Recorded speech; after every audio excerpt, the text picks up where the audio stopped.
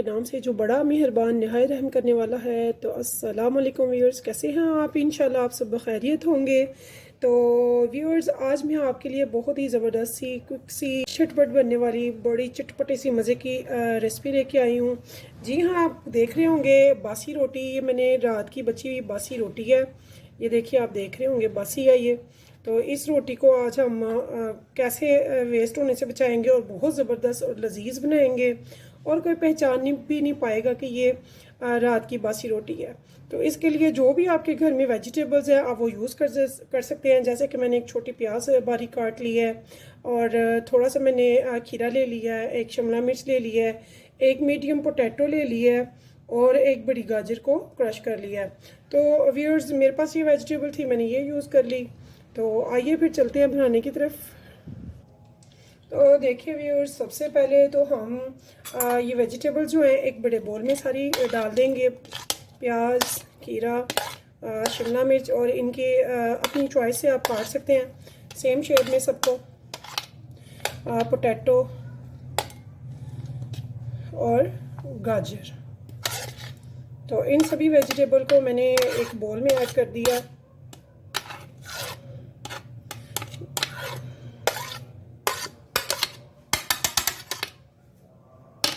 यहाँ पे व्यूअर्स, अब यहाँ हम इसमें डालेंगे स्पाइसेस कुछ। सबसे पहले मैं इसमें डालूंगी 1 टीस्पून नमक का, 1 टीस्पून रेड चिली पाउडर का, ½ टीस्पून हल्दी का, और अगर आपके पास सूखा धनिया साबुत है तो आप साबुत भी डाल सकते हैं। मेरे पास ये कुटा हुआ है, तो इसमें मैं 2 टीस्पून यानी कि 1 टेबलस्पून डाल रही हूँ, और ½ टीस्पून मैं इसमें गरम मसाले का डाल रही हूँ। इनको मैं सबको इकट्ठे मिक्स कर लूँगी अच्छे से, और 5 मिनट के लिए इनको बिल्कुल छोड़ दूँगी, ताकि इन्होंने जो पानी वगैरह छोड़ना है अच्छे से वो छोड़ जाए, क्योंकि ये सारी ही वेजिटेबल आप जानते हैं पानी छोड़ती हैं। तो पहले हम इनको 5 मिनट के लिए छोड़ देंगे मिक्स करके, ताकि इन्होंने जो पानी छोड़ना है वो अच्छे से छोड़ दें। तो ये तो हो गया हमारे स्पाइसेस व्यूअर्स। यहाँ पे ये देखिए मैंने ले लिया है अनारदाना, कितना ज़बरदस्त सा फ्रेश साफ़ सुथरा अनारदाना है। इसे मैंने ½ टेबलस्पून ले लिया। अगर आप ज़्यादा चटपटा पसंद करते हैं तो इसे 1 टेबलस्पून भी ले सकते हैं। तो इसे अब मैं ढक के रख दूँगी सिर्फ 5 मिनट के लिए। तो देखिए व्यूअर्स, मुझे तकरीबन 5 मिनट हो चुके हैं। तो यहाँ पे मैंने 1 प्याली ले ली है बेसन की, तो इसे मैं आहिस्ता आहिस्ता इसमें ऐड कर दूँगी।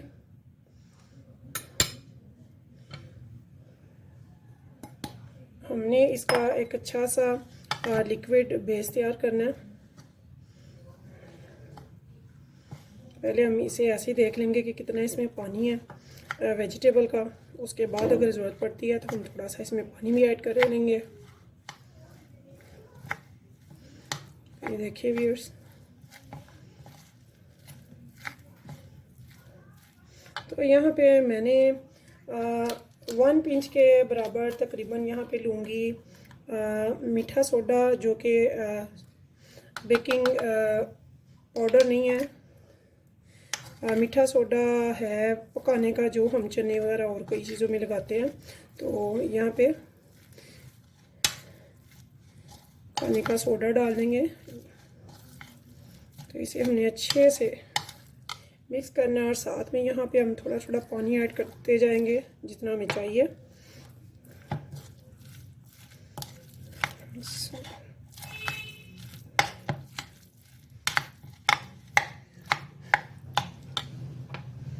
तो ये देखिए, तो पानी की क्वांटिटी मैं फ़िक्स नहीं करती, आप खुद ही देख लीजिएगा कि आपका एक अच्छा सा अमीज़ा तैयार जो हो जाना चाहिए। बस इतना पानी आप डालेंगे। अभी भी ये थिक है थोड़ा, तो इसे भी हम थोड़ा सा पतला करेंगे, और साथ साथ इसे अच्छे से मिक्स भी करते जाएंगे। तो यहाँ पे देखिए व्यूअर्स, मेरी जो इसकी कंसिस्टेंसी होनी चाहिए, मुझे ये चाहिए। ये देखिए,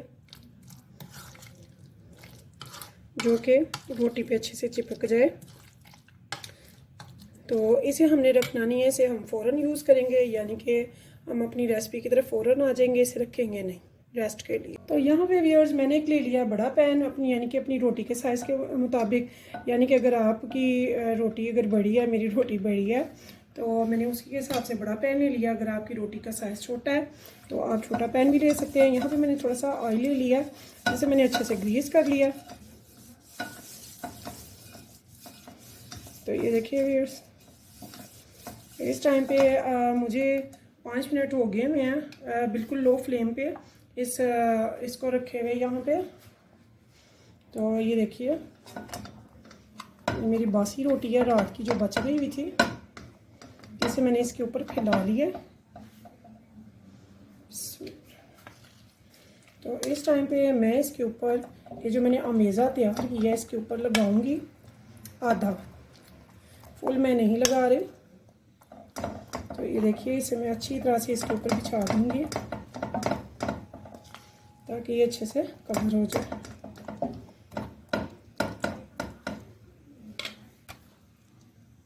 तो यहाँ पे देखिए व्यूअर्स, मैं इसको अब ढक्कन देने लगी हूँ। मैंने फ्लेम स्लो ही रखी है, हाई नहीं रखी है। तो लो फ्लेम पे मैं इसे तकरीबन 5 से 6 मिनट तक के लिए रखूँगी, और ध्यान में भी रखूँगी कि ये बिल्कुल ऊपर से तैयार हो जाए। तो ये देखिए व्यूअर्स, मैंने इसका थोड़ा सा कैप हटा के देखा है ताकि मुझे पता चले कि ये पक रहा है। तो यहाँ पे मैं थोड़ा सा ऑयल इस पे लगा रही हूँ, चंद ड्रॉप्स, हाफ टेबल स्पून कह लें आप। तो इसे अभी पकने में टाइम है, थोड़ा सा मज़ीद मैं इसे टाइम दूँगी इस साइड को। यहाँ पे देखिए व्यूअर्स, मुझे इधर 5 मिनट हो गए हैं तकरीबन इसे पकाते हुए। तो यहाँ पे मैं इसकी बहुत आराम से साइड चेंज कर रही हूँ, देखिए। तो यहाँ पे मैंने इसकी साइड चेंज की है, और इस साइड पे भी हम बिल्कुल वैसे ही लगाएंगे। तो ये देखिए व्यूअर्स, इस साइड को भी मैंने अच्छे सा सारा ये जो अमेज़ा है वेजिटेबल का ये सारा इस पर ऐड कर दिया और इस पर फैला दिया है। आपको समझ लग गई होगी मैंने साइडों पे ऑयल ग्रीस क्यों किया था। इसलिए किया था ताकि साइडें भी ग्रीस हों तो ये लगे ना। अगर मैं भी रोटियों से थोड़ी सी टेढ़ी मेढ़ी भी यहाँ पे हो जाए तो हम इसे लगने से बचा लेंगे। तो ये देखिए इसकी ये जो एडजेस जो हैं इनको हम अच्छे से कवर करेंगे, ये देखिए, ताकि ये भी अच्छे से फुली तैयार हों। तो ये देखिए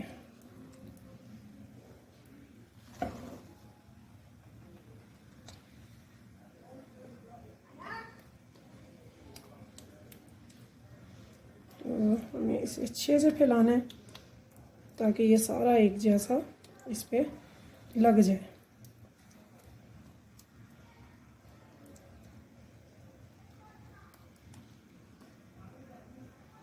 तो इस टाइम पे व्यूअर्स इधर भी मैं थोड़ा सा ऑयल कर दूंगी, साइडें घी से है।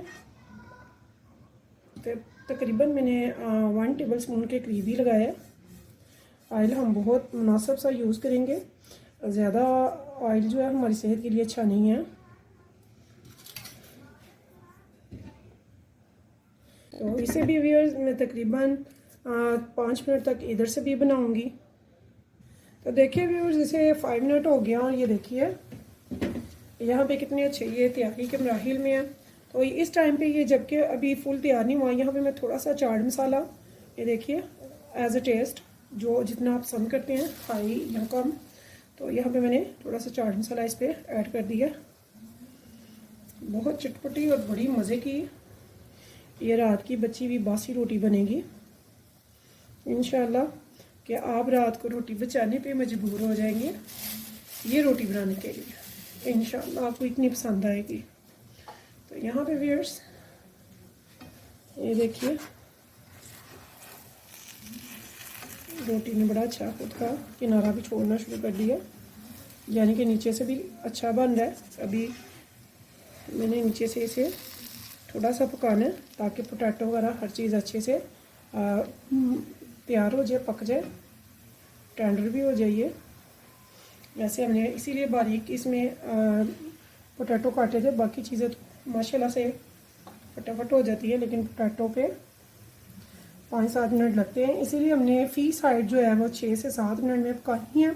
तो यहाँ पे व्यूअर्स मैंने इसका जो इसकी फ्लेम है वो मैंने मीडियम पे कर दी हुई है, लो टू मीडियम। तो अगर आप स्पीडली बनाना चाहते हैं तो आप हाई फ्लेम भी कर सकते हैं। और चूल्हा मैंने छोटा वाला यूज़ किया है, बड़ा वाला चूल्हा यूज़ नहीं कर रही मैं। तो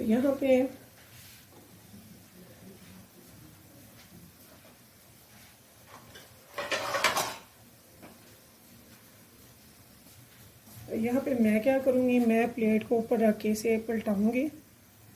तो ये देखिए व्यूअर्स, ये नीचे की साइड जो मैंने प्लेट पलटा के ली है, तो अब इस दूसरी साइड भी ऐसे ही मैं ये भी पका लूँगी अच्छे से। तो इधर भी हम थोड़ा सा ऑयल ग्रीस करेंगे, थोड़ा सा, जस्ट 1 टेबल स्पून के बराबर, ज़्यादा नहीं ले रहे हम। तो इसे भी व्यूअर्स मैं थोड़ी देर ऐसे ही बनाऊंगी। तो यहाँ पे देखिए व्यूअर्स, मुझे तकरीबन 4 से 5 मिनट इसे रखे हुए हो गया है। तो यहाँ पे हम देखते हैं, तो देखिए इसके मूव होने में भी कोई इशू नहीं है, बहुत इजीली सारा मूव हो रही है। अभी हमने देखना है कि ये तैयार है, तो मेरे ख्याल में अभी इसे 1-2 मिनट के लिए रखना चाहिए। माशाल्लाह इतनी ज़बरदस्त खुशबू आ रही है व्यूअर्स, बहुत मज़ेदार। चाहें तो आप ये नाश्ते में बना खाएं, चाहे शाम के चाय वगैरह के साथ, तो बहुत मज़ा आएगा इंशाल्लाह। आइंदा से आप रात की रोटी बचाने पे मजबूर हो जाएंगे इंशाल्लाह। आप ये ज़रूर बना के खाइएगा और मुझे ज़रूर बताइएगा कि आपको कैसा लगा। यहाँ पर मैं इसकी फ्लेम हाई कर रही हूँ ताकि साइडों पर भी इसकी फ्लेम की हीट आए और ये साइडों से भी ये जो है अच्छे से इसका कलर आ जाए।